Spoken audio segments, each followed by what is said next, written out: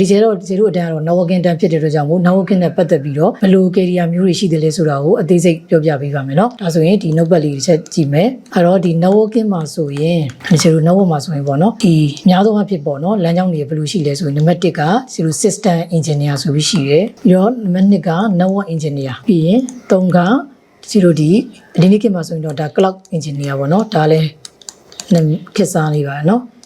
cloud engineer cloud ကလည်းဒါလူတိုင်းသိတဲ့ဥစ္စာတစ်ခုဖြစ်လာတယ်နောက်တစ်ခုကကြတော့ဒီလိုဒီ security engineer ဟုတ်နော် security engineer နဲ့ပတ်သက်တဲ့အကြောင်းအရာလေးသိထားဖို့လိုတယ်ဒီနိုင်ငံမှာတော့ဒီလို wireless network engineer ဆိုပြီးတည်တဲ့တော့အရင်တော့အလုပ်တွေခေါ်တာတော့မတွေ့ဘူးเนาะဒါပေမဲ့လည်းသူကဒီ career လမ်းကြောင်းတစ်ခုအနေနဲ့သူကတည်တဲ့ရှိနေတာဖြစ်တယ်ပေါ့နော် wireless network engineer တွေပိုင်းရတယ်ဒါတွေကဒါ